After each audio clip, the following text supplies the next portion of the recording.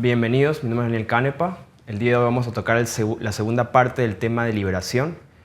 En el último video, la primera parte, hablamos de las puertas y los portales, que tiene que ver con cómo entran los demonios. Así que hoy nos vamos a concentrar en la consulta, que es el momento de que la persona viene donde ti para pedirte ayuda y vas a analizar, vas a escuchar y vas a hacer las preguntas adecuadas y correctas para tener la información que vas a necesitar para el próximo paso, que es entrando ya en la confesión, el arrepentimiento, ahí orando por la persona. Pero esto es un paso muy importante que muchos no hacen, muchos no se toman el tiempo para hacer, y pienso que el día de hoy va a ser de bendición para muchas personas. Eso es lo que espero, porque sé que varias personas se han chocado contra la pared en este tema. Muchos obstáculos, mucha información que se dice de diferentes opiniones, pero hay solamente una sola verdad y la verdad hace libre. Así que espero que esto sea de bendición para todos ustedes y todos aquellos que Dios está llamando para ser salvos. Empecemos. Cuando uno que necesita liberación viene donde ti, lo primero que necesita hacer es diagnosticar y también formar una estrategia. ¿Por qué? Porque tú te conviertes como un médico que tiene un paciente, porque un médico está viendo los síntomas para diagnosticar, anota, mira la información, todos los datos, exámenes, resultados, mucha información que el médico primero tiene que adquirir. Entonces, lo que hace cuando vas a una consulta es que la enfermera normalmente toma tus datos básicos y unas preguntas básicas para empezar, y de ahí poco a poco van entrando en lo más profundo. Es casi lo mismo.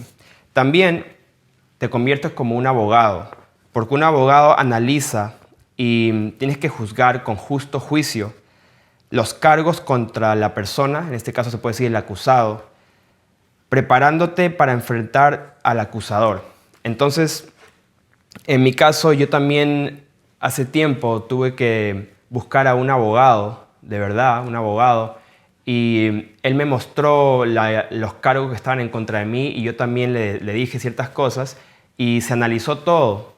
¿Para qué? Para que él se prepare para la corte, se prepare para un juicio que tenían en contra de mí, ya hace un tiempo atrás, y me estaba mostrando el chance que tenía de ganar, el chance que tenía de perder, toda la información, mientras yo le decía. Él me preguntaba y yo le daba información. Así que eres como un médico y como un abogado. ¿Ok? Así que vamos a entrar ahora en la palabra de Dios. Vamos a ir al caso del niño endemoniado que se encuentra en Mateo, Marcos y Lucas. Vamos a empezar de Mateo. Es un caso que podemos aprender muchas cosas, pero ahora nos vamos a enfocar en el diagnosticar al espíritu. Y Mateo 17 nos encuentra el tema del niño que aquí lo dice lunático. 17, versículo 14.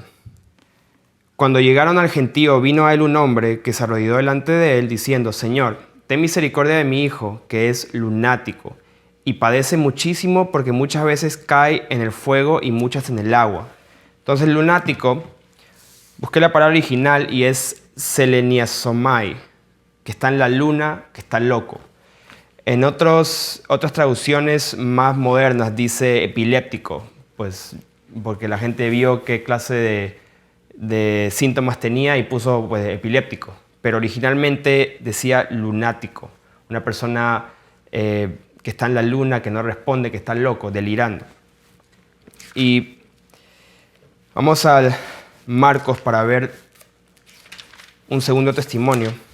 Y en Marcos es donde hay más información de este tema. Empezando del versículo 17, dice así: Y respondiendo uno de la multitud dijo: Maestro, traje a ti mi hijo que tiene un espíritu mudo, el cual donde quiera que le toma, le sacude y echa espumarajos y cruje los dientes y se va secando.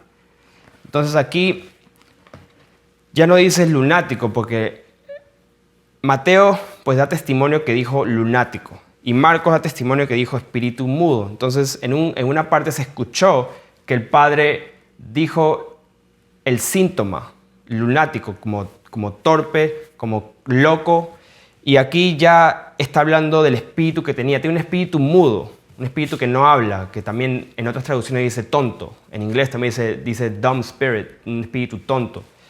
Y pues aquí lo nombra al espíritu y empieza a hablar de los síntomas. Donde quiera que lo toma, lo sacude, echa espumarajos, cruje los dientes y se va secando. Ya está dando ya información acerca de lo que sucede cuando lo toma el espíritu. Y vamos ahora a avanzar aquí. No vamos a hablar de estos temas. Empezando el 20 dice, y se lo trajeron y cuando el espíritu vio a Jesús, sacudió con violencia al muchacho, quien cayendo en tierra se revolcaba echando espumarajos. O sea, aquí ya se ve que lo que dijo el padre del niño se manifestó en la presencia de todos. Todos pudieron ver que era cierto lo que estaba diciendo, no solamente un episodio que había pasado antes, pudieron ver en vivo e indirecto que se manifestó y pasó exactamente, espumarajos, se revolcaba, lo golpeaba al niño, todo lo que el padre decía. ¿Por qué? Porque estaba la presencia de Dios ahí, estaba Dios mismo ahí caminando y era cuando se manifestó el demonio. Ahora versículo 21, donde ya entramos ya en la parte importante. Jesús preguntó al Padre, ¿cuánto tiempo hace que le sucede esto? Y él dijo, desde niño. Entonces, ¿qué está haciendo el Señor?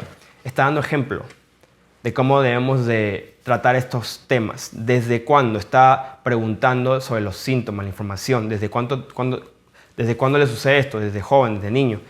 ¿Y qué está haciendo? Pues está diagnosticando.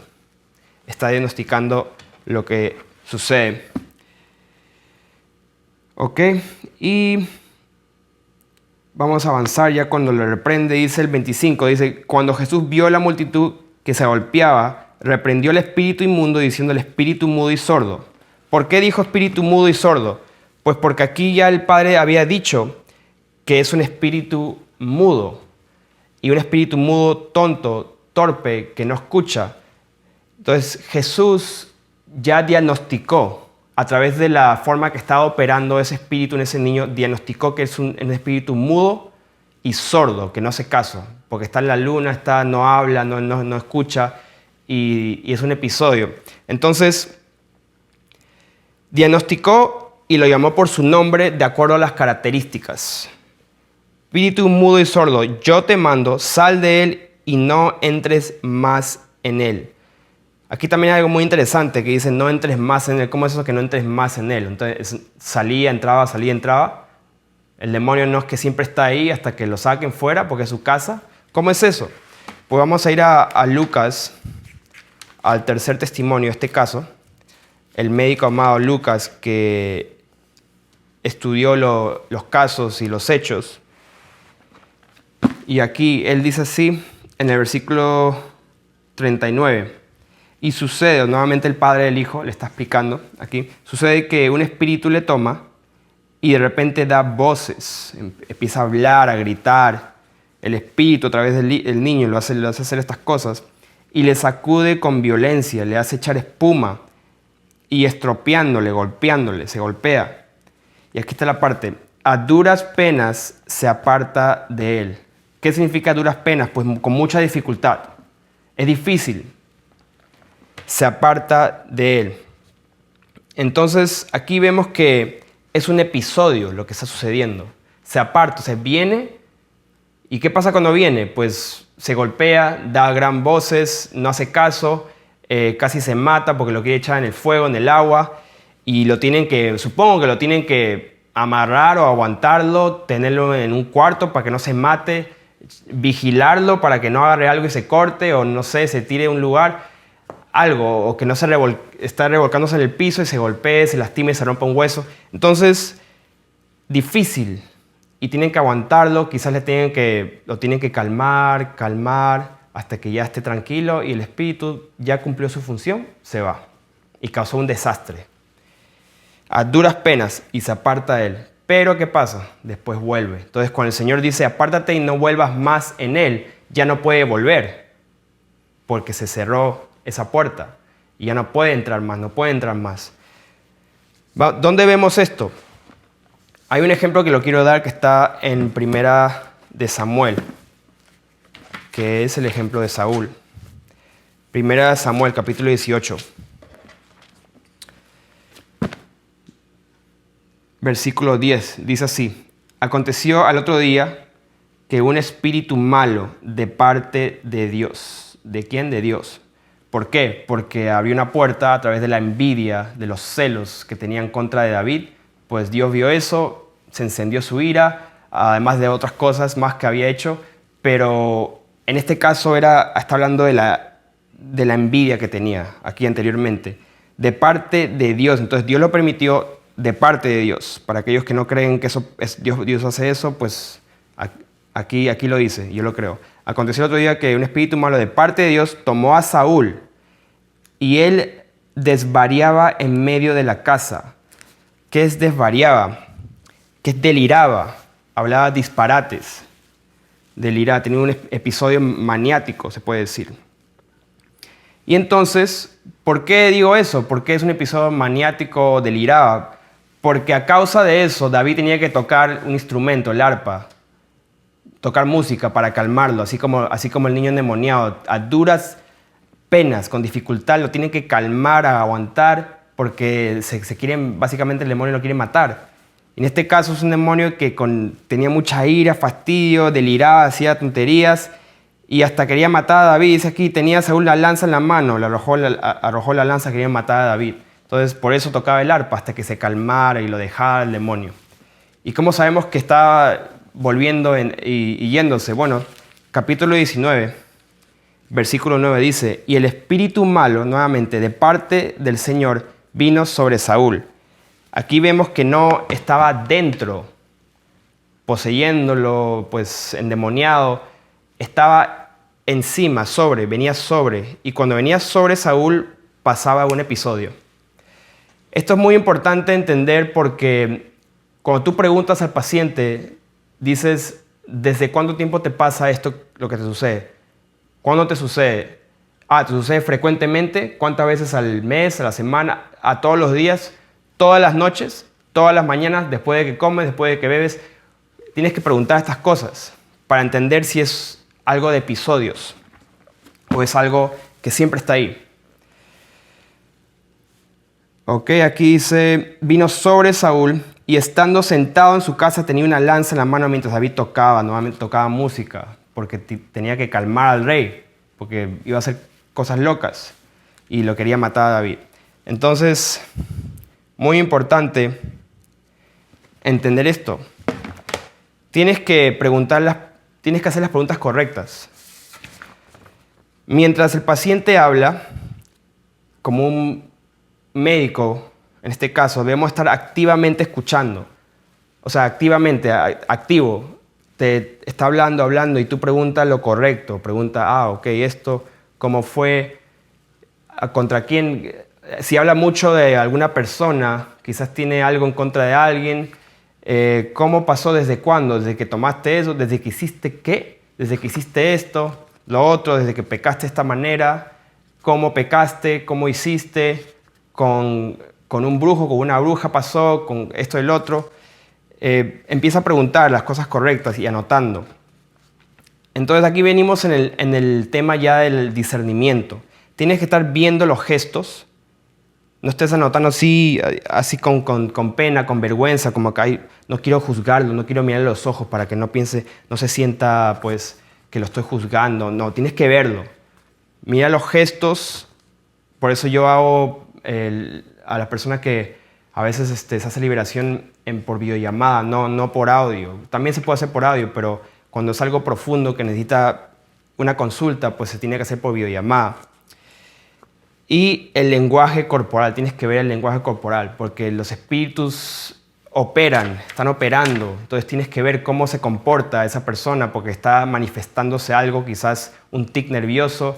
Si tiene miedo, tiene vergüenza, lo vas a empezar a ver. Vas a empezar a ver un comportamiento raro ahí con el lenguaje corporal y estás discerniendo. De esta forma ya estamos pensando y anotando la receta como un médico. Debemos ya de estar recetando en nuestra mente y diagnosticando basado en los síntomas o identificando el género de espíritu que está operando en la vida del paciente. Y en el caso de un abogado, como un abogado, también estamos apuntando a las posibles puertas y portales. Como abogado, analizamos todas las armas forjadas que el acusador tiene en contra del acusado. Si tiene que perdonar, si tiene verdugos que lo tienen en una prisión o tormento en su cuerpo, si hay alguien que tiene que perdonar y tiene una deuda con esa persona por no perdonarla, en el sentido que te das cuenta con sus palabras que se enfoca mucho en un ex amigo, quien sea, que no lo ha perdonado lo que ha hecho, su mamá, su papá, un vecino, un ex socio puede ser también, y hay resentimiento, entonces ahí hay algo, tienes que analizar estas cosas por si hay un derecho legal por ahí, vas anotando. ¿Por qué? Porque estás formando un caso. Ahora, hablando de discernimiento, vamos a tocar el tema también brevemente de los dones espirituales, porque también es necesario estar activo, o sea, los dones espirituales tienen que estar bien activos durante este proceso, para además de ver y oír naturalmente lo que está diciendo el paciente o el acusado, también puedas ver, oír y sentir en el espíritu lo que está pasando. ¿Okay? ¿Dónde está eso? Vamos a 1 Corintios, rapidito.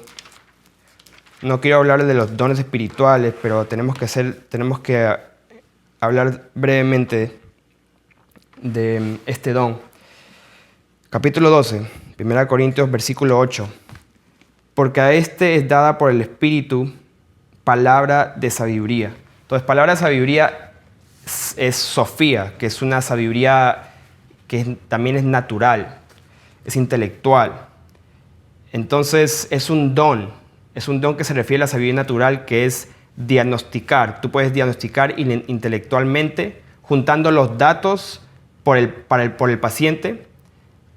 Es tener los sentidos sumamente afilados y el discernimiento entre el bien y el mal. ¿Para qué? Para dar un consejo correcto de parte del Señor, que es intelectual. Entonces, es natural, o sea, es un don que se usa naturalmente, pero no se adquiere naturalmente, porque es un don espiritual de parte de Dios.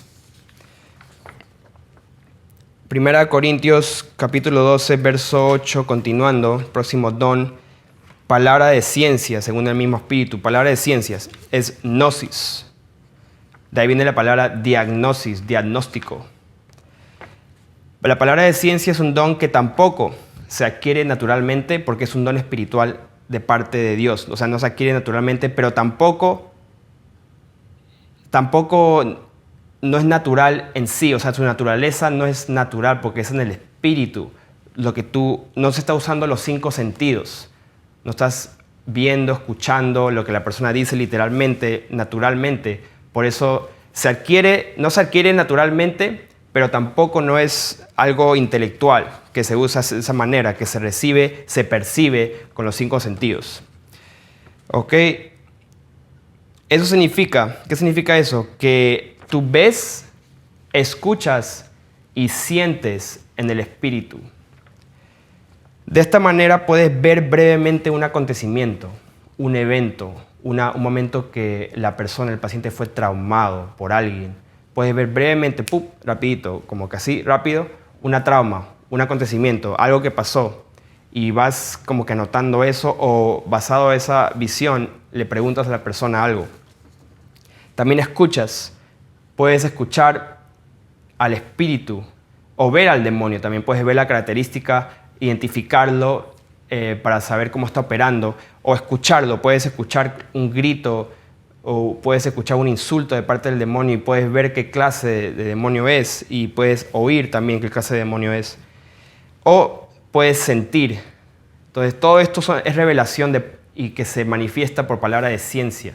Es algo que no es natural, pero en tu cuerpo no son los 5 sentidos naturales, pero tú sí sientes algo en el espíritu que también se manifiesta en tu cuerpo. Puede ser un miedo, empiezas a sentir un miedo, empiezas a sentir vergüenza, empiezas a sentir una culpa, un dolor en tu corazón, una carga, un peso encima de tus hombros, empiezas a sentir hasta lascivia y que no viene de ti. Y entiendes que qué está operando en esa persona. Pero para que esto suceda tienes que estar puro. O sea, la persona que va a hacer liberación no puedes estar manchado porque tienes que recibir totalmente todo de parte de Dios. Muy importante.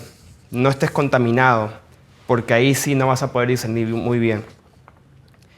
Ok, entonces los dones espirituales pueden fluir durante la consulta, pero normalmente fluyen durante la administración, la liberación se puede decir. Durante la administración, ¿por qué? Porque en ese momento es cuando la presencia de Dios está sobre ustedes, está descendiendo sobre ustedes y se manifiestan las cosas, los demonios. Entonces está sobre ti, sobre el paciente, sobre el lugar y todo empieza a manifestarse. Empieza a haber más visiones también, más dones espirituales fluyen. Pero no tienes que esperar hasta la administración. ¿Cómo no esperas? Pues la persona te está hablando y mientras está hablando anotas, escuchas y todo atentamente, pero también estás orando, estás en comunión con Dios. Entonces tú estás recibiendo información, pero tú estás orando al mismo tiempo para discernir entre las palabras. ¿Qué quiere decir esta persona? ¿Qué está diciendo su corazón? También puedes escuchar algunas cositas que es el espíritu, el corazón de la persona, las intenciones de su corazón. A veces se puede escuchar. Entonces, esto todo es a través de práctica. No es el tema de hoy los dones espirituales, pero tiene que estar activados. Y si sabes que tienes un poquito de visión, un poquito de revelación, un poco de esto, empieza a usarlo, empieza a practicar y confirma. Pregúntale a la persona, por si acaso, ¿ha pasado esto? ¿O has sentido esto, lo otro? Y te va a confirmar o lo anotas y en el momento de la administración lo usas. Usa la información. Entonces ahora tenemos suficiente información para diagnosticar y para ejecutar un caso en contra del acusador, para que tú defiendas al acusado y tengas un caso en contra del acusador como en una corte. De esta manera funciona, queridos hermanos. Así que espero que haya sido de bendición para ustedes. Hasta la próxima.